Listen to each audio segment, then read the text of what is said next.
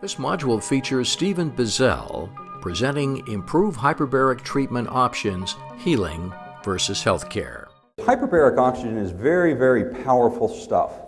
It's probably one of the most powerful of the natural therapies available out there. And if you think about why, it just boils down to what's the most important nutrient for the human body? Oxygen. Then it would also make sense that oxygen is the most important nutrient for healing of every condition. Let me differentiate for you what I mean when I talk about healthcare and what I mean when I talk about healing. When I'm talking about healthcare, what healthcare means to me, as a chiropractor, healthcare has to do with the mechanical aspects of what I do. That means if you're a chiropractor, it's the manipulation of the joint. If you're a nutritionist, it's providing the nutritional chemical substances. If it's hyperbaric oxygen, it has to do with the hyperbaric oxygen chamber and the physics of hyperbarics, and you put them, and it's all the mechanics and the physics of what that's all about. If you're a surgeon, it's about cutting, all right, or it's about pharmaceutical drugs, whether you believe it or not. That's what healthcare is to me. It's all the mechanical stuff. In contrast, what healing is all about, in my mind, has to do with the concept of energy. You know, every cell in your body is wired at birth through the DNA and genetics to be able to take care of itself, heal itself, reproduce, and it doesn't really need our intervention. In a state of love, if you're in a state of love, all 50 to 100 trillion cells in your body have the ability to operate at their optimal potential. That means your eye cells, your nose cells, your ear cells, your brain cells, your immune cells, every system in your body has that advantage. Now, the way the universe works, the universe isn't prejudicial in the way it manifests things. Now, in contrast, anybody here ever been around somebody that's had the energy of anger, fear, guilt, frustration? Anybody ever been around somebody? Does that feel any different? Right. Now, just like the energy of love, you can't take the energy of love, put it in a package, send it to your mother or send it to a loved one. But there's no denying the experiential reality of what that feels like. Same way with these other emotions.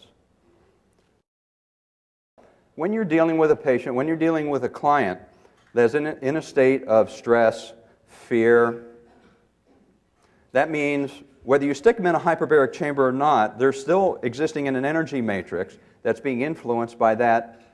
I won't even call it negative energy, I'll call it painful energy.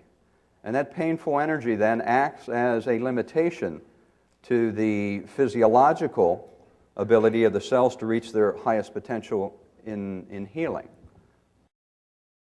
And in patients that tend to get better, I noticed three things. And they have to do with paradigm shift. The first paradigm shift was that they were able to make a transition from a reductionist model, the mechanical model, to a holistic.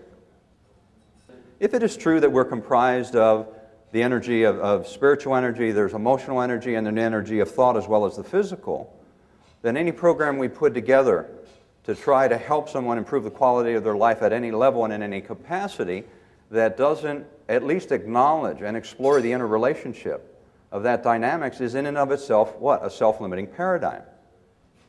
The second paradigm shift is the fact that patients that do the best seem to be the ones that are able to make the mind shift from a sickness care model to a wellness care model. And then the third, other speakers have made mention of the importance of the doctor-patient relationship, but the old paradigm is the doctor-patient relationship, where the doctor is God, right? And you get your marching orders, and you don't question, and you don't think for yourself.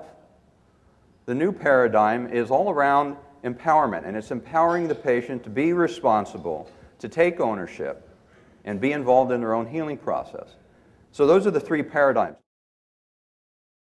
Your energy and how you interface with your patients and with your clients when they're scared and confused and not sure and they have these disease processes. I mean, just think about where they're at a psycho and an emotional level, all right?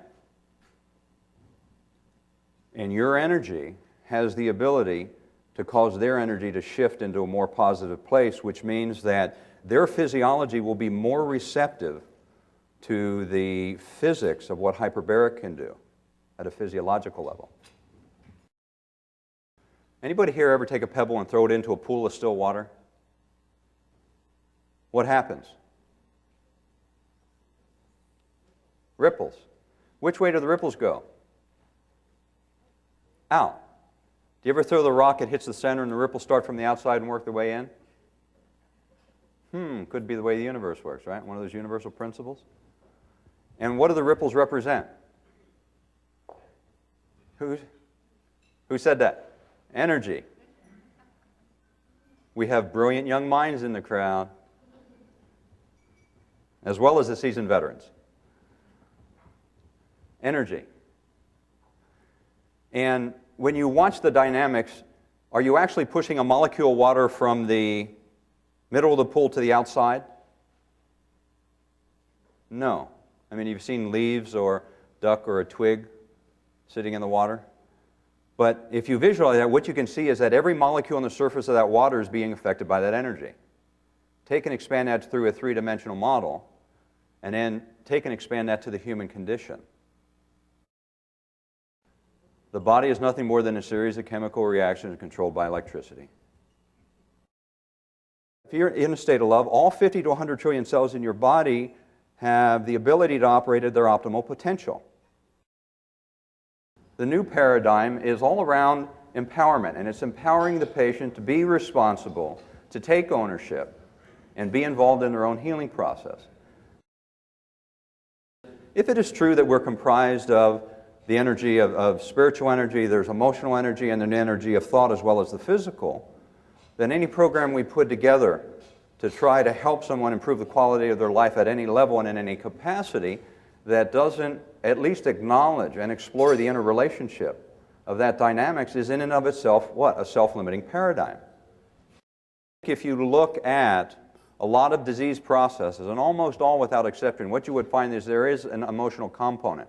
And what the emotional component has to do that you need to be aware of, it has to do with unresolved emotional pain in a person's life.